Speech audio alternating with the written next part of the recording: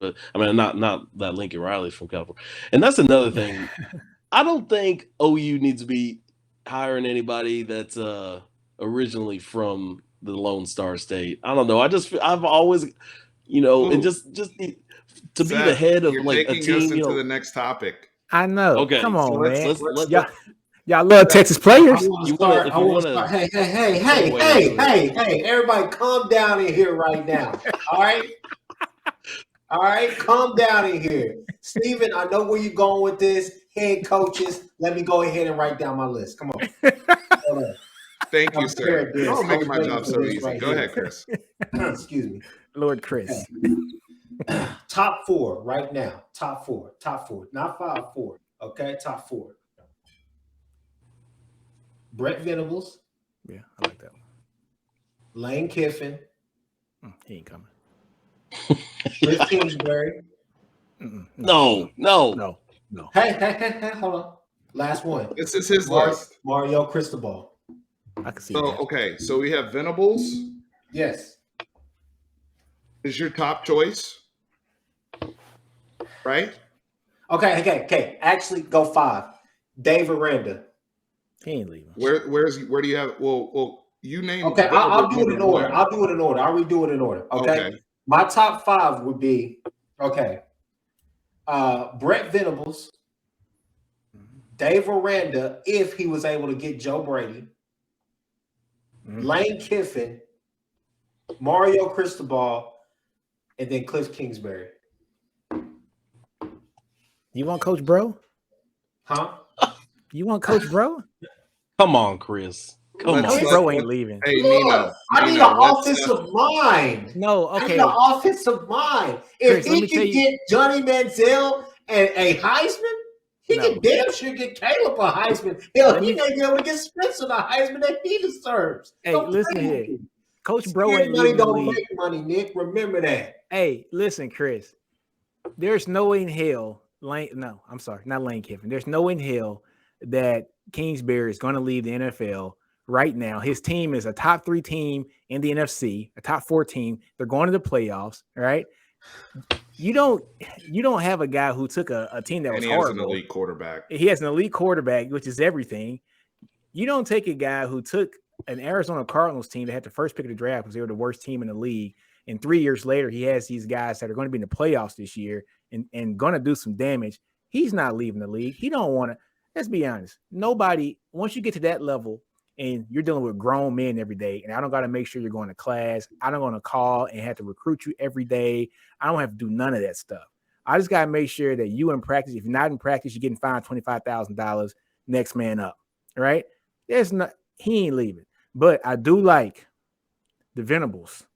Venables is, dude, he would be a guy that I would be like, hell yeah. Like if I was an OU fan, it would be Venables.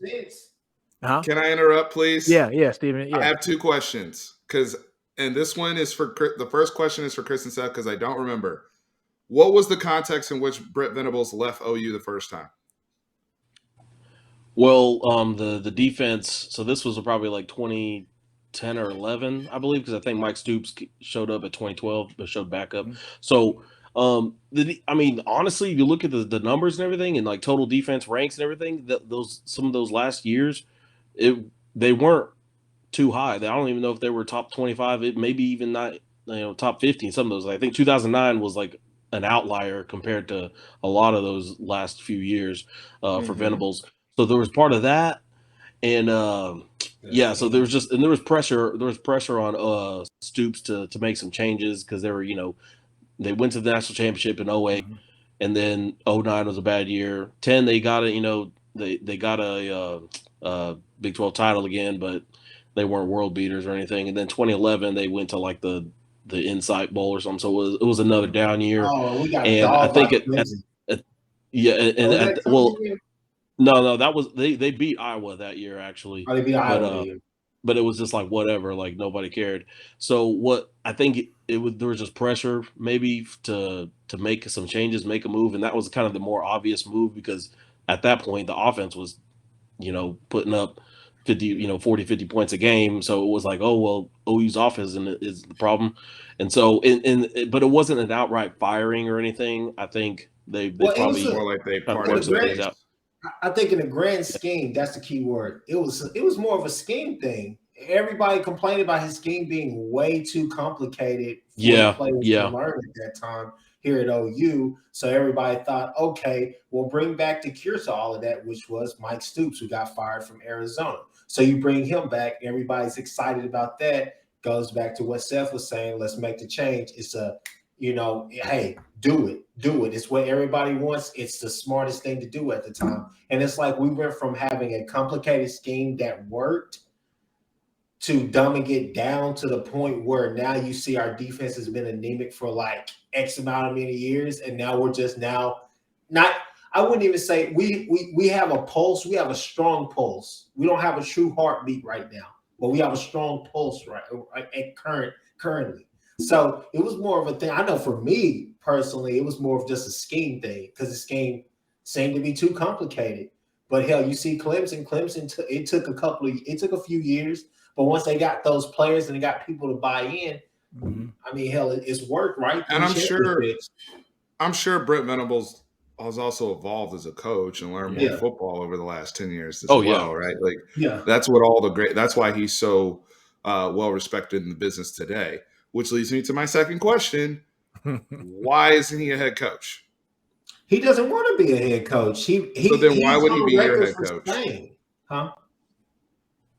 If he doesn't want to be a head coach, then why would he be your head coach? So here's the thing. So he's been on record saying that he doesn't want to have all the head coach responsibilities, all the rest of that stuff. But at the same time, there is history here. And the one man that links him back to OU, two people, honestly, because Stiglione, but you go to Bob Stoops. Comes from that Bob Stoops coaching pedigree. Okay. So it would not shock me if he even actually entertained the job. Because we all thought, I said, hey, Florida would be a great place for Venables. LSU would be a great place for Venables. But when you look at it, where is home? Home is here in Norman. So it makes perfect sense. He's going to leave for the perfect job. He's going to leave for a great job. And I feel like this would be the job that he would actually take. I really do. All right. So Aranda and Joe Brady, to me, that I don't think we need to go into explanation. I mean, I think Dave Aranda, we all like what he's done at Baylor in year 2 already. We know what Joe Brady. I think Joe Brady's probably in a weird space because Carolina's been weird. Yeah. And Cam Newton was awful today. Yeah, benched again. I feel like Joe prefers to stay in the NFL, but he may not have a choice. I don't know what that whole situation is going to be like. I mean, if Matt Rule, I don't think Matt Rule has a choice. And Matt Rule may be. I feel like those are outliers, but those may be two people that you look at for this job as well. Matt Rule would not be a bad hire at all. He's good. I don't think he would be a home run hire. He would be one of those people that people would literally be, fake. He's a fake green coach. He's that guy that you're just like, oh, Matt Rule, thumbs up, let's go, hi, hooray. But he's not. I don't know, man. Matt Rule at OU would be a home run hire. I think he'd be a home run hire. You saw what he did with Baylor. He took Baylor from a 1-win team. If you put him with OU's resources and he's committed to staying, I think the thing with Matt Rule is that he's been, kind of all over the place and jumping back and forth between the NFL and college football. Yeah. I mean, I feel like he's probably like the NFL is tough, right? Because again, you don't have to deal with the kids stuff. You don't have to deal with recruiting. It's more straight up and down, and it's a different game that you're playing. So that just really depends on preference at that point and lifestyle, I would say. Cristobal. We've been touching on Cristobal roundabout. So Seth, are any of these names enticing to you? I feel like you just kind of meh at everybody, and then you were angry at Coach Bruh. So No, yeah, the coach bro is he's definitely like I will stop being an OU fan if he gets named coach. I will stop being an OU fan if Cliff Kingsbury is the coach, and I say that just because I just know it's not going to happen. Also, so like because that ain't happen. But yeah, I mean I like Crystal Ball is like what he's doing and everything. But I mean honestly, I got my top five. If you want to let me run through that, and Chris Ball ain't on it, I'll tell you that much. Seth, they want us to do this, bro. They want us to do this. Yo, y'all are divided, bro. They want like us to be. This is like Civil War, Captain America, Iron Man. They want this. They Captain want America, this, y'all. Captain That man said Chris Ball on his list. This is truly Civil War. Listen. Nino and I have been down bad all season long, man. Since y'all made the legendary comeback in Dallas. So horrible. I mean, I'm just enjoying somebody else being miserable right now. That's just really all it is. I'm being open and honest about it. I know what my team sucks right now. We're trying to, like we said, we're comfortable saying the rebuilding word. We are here. We are embracing it. It's a part of the grieving process, guys. And you'll become familiar with this as well as you go through your trials and tribulations. Hey. Seth, please take me to your top 5 list. All right. So I'll say Crystal Ball's probably in my top 10 if I were to extend it to the top 10, but he's definitely not in the top 5. So number 1, and I was looking through the comments earlier, and I saw some names that definitely were on my list. And number 1, though, Luke Fickell. I feel like what he's done, consistency, building that program, and then holding it to the level that he has built it. I mean, because it's not just this year. Last year they didn't they go undefeated to the regular season, and then came within it was a pretty good game against Georgia. Field goal to Georgia. That must be Georgia. Yeah, and then they've had other good years under him. And I mean, in his days as a coordinator, obviously speaks for itself as well.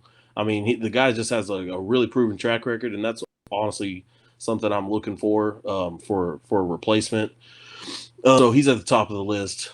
Next on my list, and he's a guy I've been touting for a while, even though he kind of, I don't know, he's got his flaws for sure. But Matt Campbell, I think I've seen him do it now with lesser talent at 2 different programs, 2 really bad, historically, not great programs, Toledo, Iowa State.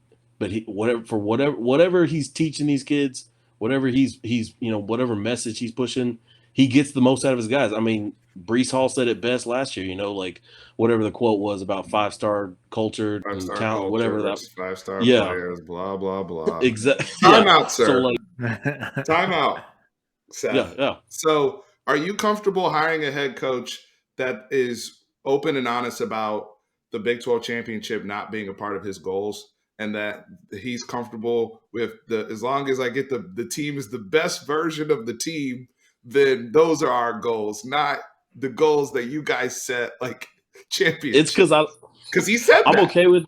Yeah, no, he definitely. Yeah, I remember. I saw that he said that, and it's because I don't buy that he only said that because his team was out of it. Like, they weren't. If they were undefeated at the time, and then whatever question was posed for him to say that, whatever it was, it would have been a totally different answer. Like, obviously, like I think he tailored it. That was coach speak in my mind. Like, so I don't really buy into that. That's fair. They're forgetting the fact that he brought back 98% of his team. That was never a goal just to win the Big 12 this year. Of course he's going to say that. I give him an out on that. Of course he's going to say that. You bring back the majority of your team who are all 36-year-old men playing against these 18 to 21-year-olds. You shouldn't have the Big 12 championship on your mind. Come on. Chris, they had them super seniors. They had them 6-year COVID seniors. Super seniors, excuse me. That's what you call them. Yeah. They had them 6-year COVID seniors playing. Yeah, the retirement home people out there playing, talking about their war stories back in. All right. So next on my list is a guy. Next on my list, number 3 is a guy who I haven't seen really get mentioned at all. Dave Doeren at NC State. I mean, look at his track record. You go look at it if you're not familiar with what he's done. NC State. It sounds like a joke because historically they are a joke, but under Dave Doeren, I know y'all are laughing at me now. I'm gonna save this clip. But y'all laughing if he gets hired for OU. I Why you got promise me you. I over here promise looking you. like a Dallas Cowboy fan on draft day? Who the hell is that? I was laughing at Chris. Seth, I'm laughing I'm at sorry. I Chris. was laughing at Chris. Okay. I'm laughing at Okay. Chris's Who reaction. the hell is that? That's it. Okay. It's Who the all hell Chris, is Seth. that? It's all Chris. You don't know who he is, but I mean, did anybody know who Lincoln Riley was whenever they pulled him out of East Carolina? Because I know I was hyping up We Scott had Frost. Bob Stoops at the time. We didn't tell him to come and be the head coach right off the bat. Right, What but I'm was his saying like name? just there. Dave It doesn't Doran. matter what his name is, Seth. You ain't got to doing that. Go to your fifth person. God Oh bless. God. All right, Who all right. the I'm just hell? gonna throw it out there, but like I like what he does, and what I'm looking for with him and the next guy on the list is just a well coached. He puts a well coached team, and I mean, there's a lot to say about a guy who can do that. So that, and then number 4 is we've all said it. I think we all agree he's a great one. He's probably going to end up at a better job eventually. But Dave Aranda, yeah, speaks for itself. And then finally, another guy that doesn't. I don't believe he has any head coaching experience, but if they're going to go this way. I think it's at least worth the phone call. But Marcus Freeman over at Notre Dame right now, D coordinator, who I think he's been pretty select because his name has started to heat up over the last couple of years. And I mean, I think he's been pretty select. I think he's waiting on the right opportunity because he's not going to just he's not a guy that I see that looking to just take any head coaching job just for the sake of it. So I mean, if he's waiting for the right opportunity, I don't know, you know, how much more right it could get. Obviously, I don't know what his personal values are or anything as far as like coaching philosophy and whatnot, and what he has available to him. But he's just a guy that looks like he's definitely very calculated in how he's approaching his career, and how he's building himself and his product. And so from what I've seen, just from what the defenses that he's fielded, he's definitely producing at a high level. So that's another guy that's kind of off radar. But I'm telling you, I think the more I think about it, Dave Doran, he's climbing my list. So I know Who he's was not a your very fourth popular pick. person? Dave Aranda. Dave Aranda? Okay. Yeah. And the only reason why Okay. he's even that low is just because he's still like doesn't have very much head coaching experience, even though he obviously looks like he's probably going to end up being pretty consistently solid, if not great. So, and as time goes on, I'll probably lift him a little higher. But I mean, by then, I know he's going to have their guy. So, hopefully. Since Seth gave us that guy from NC State, let me give you a guy from left field. Is Jeff Banks looking for a head coaching job? Yeah, bring that circus to Norman. Yeah, Seth, you want that? Great special teams. I heard he's got defense too. Pole assassins, monkeys, all types of stuff. What? Come on, man. I do not want any of that NC State trash. You could have went with the coach from Wake Forest, and I would have been like, you know what? Oh, Dave Clawson? Okay. I'm surprised you know any of these guys' names. I literally, it's like playing NCAA football all over again. Wake Forest head coach, North Carolina head coach. That's what I call them. I don't call them by their real names because they're nobodies. Nobody wants them, Seth. The only reason why I didn't. I'm not here for that. I'm not here for that, Seth. NC State. I'm telling you, the NC Wolfpack. Wolfpack. The same NC State has been terrible for the last like 5 years. NC State. They beat Clemson this year. NC State that is good right now because Clemson is down. Hey, Chris. I just checked out their record over here, man. So from 2017 on, 9-4, 9-4, 4-8, 8-4, 9-3. Yeah, Chris. Hey, Seth might be on to something, bro.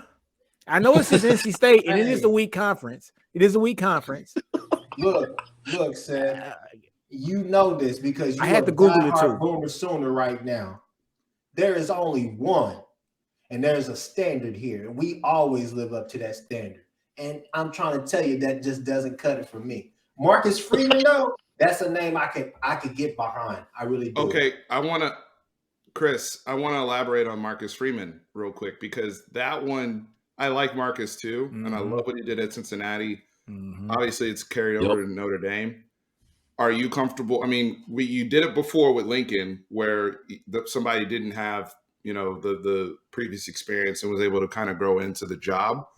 Are you comfortable doing that again with an outsider like a Marcus Freeman? So I would be fine with that because I know that Marcus Freeman is going to do something that Grinch won't ever do, which is stop playing a stupid ass. Excuse me, I'm sorry, I know this is family friendly, but that stupid ass cover 3 that we play, that is just like, hey, I don't care. I mean, Marcus Freeman is going to tell you, press. We're going to press. We're going to play our best players. I don't care. I want the coach who's going to come there and say, best players are going to play, no matter if you're a freshman, a redshirt freshman, or a senior. Look, it's fine to have Pat Fields on the field, but when you have Pat Fields and Justin Broyles on the field at the same damn time, what do you think is going to happen? Kohler's big slow ass at Iowa State was running out routes against Broyles the entire time. I'm telling you, that had me on 10. I literally kicked something, almost broke my foot because I was like, why is he on the field? It doesn't make any sense. Grinch, I'm fine. Because the thing is, as long I need a coach who's going to come in there with what I just said. And then on the second thing, I need a coach who's going to clean house with everybody. The players who don't play, the players who are never going to play, and everybody on the coaching staff on the defensive side of the ball except for Jamar Cain. Jamar Cain cannot be touched. He cannot be touched. So I just wanted to make sure I had the names on here that we discussed in terms of the coaches, because I wanted to make sure we captured everybody's thoughts. Is that true? Malachi just decommitted on Twitter? I haven't been on Twitter. Is that, or are y'all just making stuff up? Nick Saban was in the room. I mean, at this point, I mean, I wouldn't be surprised either way. Yeah, I'm looking at it right now. Yeah, he just decommitted. Wow. Damn. Malachi did. That's a big one. I mean, it would make all the sense in the world for him to Cali stay. Sooners, man. No Cali Sooners, bro. They just dropped the video with the Calabasas, the 4 p.m. in Calabasas in the background. That was a joint. I was like, this is dope. What we doing? Hey, they can really be in Calabasas all the time now. Lincoln, you could mess up a wet dream, man. God damn, Lincoln. Like, what are we like? Literally, somebody pitched Seth, come over here to my house and slap me so I'll know that we not living in a different universe and a different reality, whatever the case may be, man. This is crazy, dude. The